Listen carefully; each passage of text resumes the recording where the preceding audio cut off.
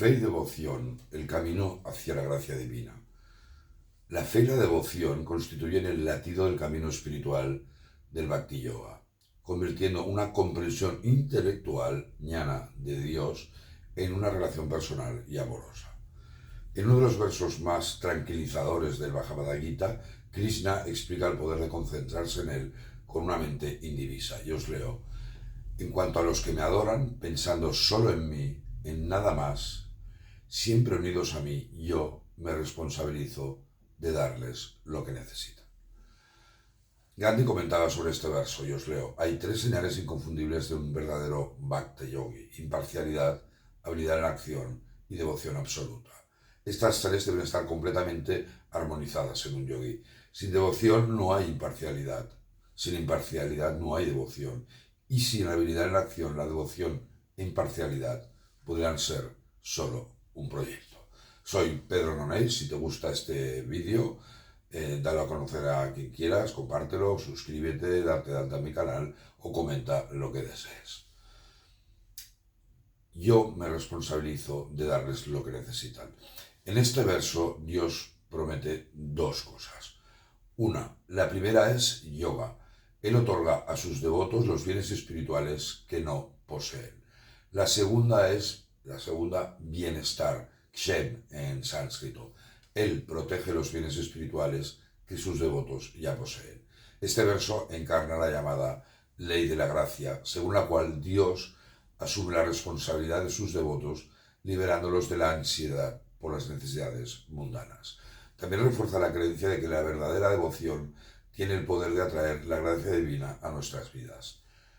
Dicha devoción se basa en una fe basada en el conocimiento, en el que el deseo de servir a Dios reemplaza todos los deseos materiales. Es muy importante que la fe, la devoción, se fundamente en el conocimiento, en jnana. Si no, es cuando puede ocurrir uno de los grandes peligros del Bhakti Yogi, que es el fanatismo. La fe firme e incondicional de uno se traduce en devoción amorosa hacia Dios, considerándolo como propio. En este sentido, cualquier ofrenda a Dios es un acto de amor. No es la grandeza de nuestra ofrenda, sino la sinceridad de la devoción lo que atrae el amor de Dios. Y os leo este precioso verso del capítulo 9, el verso 26, y Krishna dice a Arjuna: cualquier ofrenda de hojas, flores, frutas o agua hecha para mí con devoción por un alma sincera, yo la acepto con amor. Como decíamos, esta fe no puede ser ciega, sino que es una confianza profunda en que todo lo que sucede en la vida está bajo la mirada amorosa de Dios. Me viene a la cabeza una reflexión que hacía un matemático indio, ahora no me acuerdo, disculpar, pero decía: cualquier ecuación que no refleje un sentimiento de Dios no tiene sentido. Al cultivar esta confianza nos liberaremos de los miedos y las preocupaciones, sabiendo que nuestra vida está en manos divinas. Esta fe actúa como un escudo que nos ayuda a permanecer firmes en medio de las pruebas de la vida y alimenta nuestro deseo de vivir una vida de servicio, compasión y entrega inquebrantable. Uno no puede dejar de admirar a los mártires cristianos que no renegaron de su fe incluso antes de ser quemados, crucificados o devorados por los leones bajo la tiranía romana.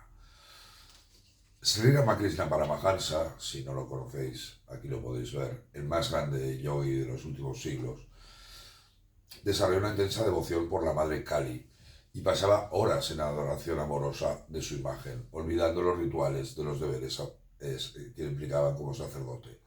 Su intenso anhelo culminó en la visión de la madre Kali, es decir, vio directamente a la madre Kali como una refulgencia ilimitada que engullecía todo a su alrededor.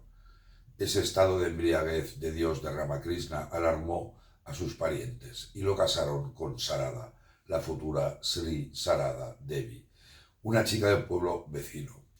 Sin verse afectado por el matrimonio, Ramakrishna se sumergió en prácticas espirituales aún más intensas. Impulsado por un fuerte impulso interior de experimentar los diferentes aspectos de Dios, siguió con la ayuda de una serie de gurús los diversos caminos descritos en las escrituras en hindús y realizó a Dios a través de cada uno de ellos. Y más tarde siguió el cristianismo y el islam y concluyó que eran diferentes caminos para llegar a Dios. Muchísimas gracias. Om Namaste.